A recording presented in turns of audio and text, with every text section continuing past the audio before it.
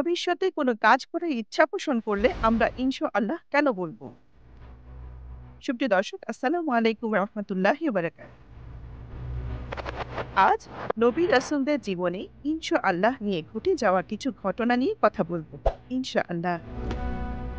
একবার মক্কার মুশরিকরা রাসূল সাল্লাল্লাহু আলাইহি ওয়াসাল্লামকে আসহাবে কাহফ এবং বাদশাহ জুলকারনাইন সম্পর্কে জিজ্ঞাসা করলেন। তিনি তাদের আগামীকাল জবাব দেওয়ার প্রতিশ্রুতি দেন, কিন্তু ইনশাআল্লাহ বলতে ভুলে যান। রাসূলদের সামান্য ভুলও বড় হিসেবে দেখা হয়, যার প্রেক্ষিতে ওহী আসা বন্ধ হয়ে যায় এবং পরের দিন তিনি জবাব দিতে ব্যর্থ হন। এভাবে 15 দিন ব্যাপী চলতে থাকে। পরবর্তীতে প্রশ্নের জবাব দিতে ওহী নাজিল হয়। সেই সঙ্গে আল্লাহ তাআলা রাসূল সাল্লাল্লাহু আলাইহি ওয়াসাল্লামকে বলেন এবং সতর্ক করে দিয়ে বলেন, হে নবী, কখনো তুমি কোনো বিষয়ে একথা বলো না যে আমি এটা আগামীকাল করব, যতক্ষণ না ইনশাআল্লাহ বলো। সূরা কাহফ আয়াত 23 এবং 24। আমরা সবাই জানি ইয়াজুজ মাজুজকে অবরুদ্ধ করার উদ্দেশ্যে গোটা বিশ্ব শাসনকারী মুসলিম বাদশাহ জুলকারনাইন একটি প্রাচীর নির্মাণ করেন। সেই প্রাচীর তারা প্রতিদিন একটু একটু করে খনন করতে থাকে। যখন তারা এটাকে ভেদ করার কাছাকাছি চলে আসে, তখন তাদের সর্দার বলে, ফিরে চলো, কাল সকালে এসে এটাকে সম্পূর্ণ ভেঙে ফেলবে। একথা তারা বলে চলে যায়, কিন্তু তারা ইনশাআল্লাহ বলতে ভুলে যায়। আর আল্লাহ তাআলা রাতে প্রাচীরকে পূর্বের ন্যায় পূর্ণাঙ্গ করে দেন। তারা প্রতিদিন এভাবে প্রাচীর করতে থাকে এবং পরের দিন এসে দেখে পূর্ণাঙ্গ একটি প্রাচীর।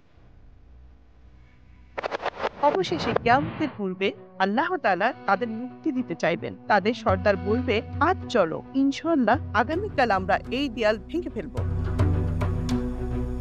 ইনশাআল্লাহ বলার ফলে গতকাল দেয়ালটি তারা যে অবস্থায় রেখে গিয়েছিল ফিরে এসে সে অবস্থায় পাবে এবং দেয়াল ভেঙে জনপথে ছড়িয়ে পড়বে। তিরমিজি 3153। পবিত্র কোরআন থেকে জানা যায় কয়েকজন নবী এই পরিভাষা ব্যবহার করেছেন।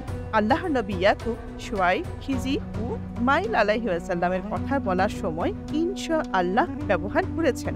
যেহেতু বান্দা আল্লাহর ইচ্ছার বাইরে কাজ করতে পারে না, তাই তার উচিত প্রতিটা কাজ সম্পাদনের সংকল্প করার পূর্বে ইনশাআল্লাহ বলা।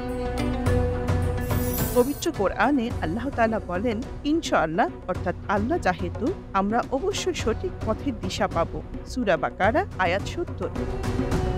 অন্য এক সূরায় আল্লাহ তাআলা বলেন, তোমরা ইচ্ছা পোষণ করতে পারো না যদি জগৎ সমূহের প্রতিপালক আল্লাহ ইচ্ছা না করেন। সূরা তাকবীর আয়াত 29। সুপ্রিয় দর্শক, আসুন আমরা ভবিষ্যতে কোনো কাজ করার পরিকল্পনা করলে তার পূর্বে অবশ্যই ইনশাআল্লাহ বলি।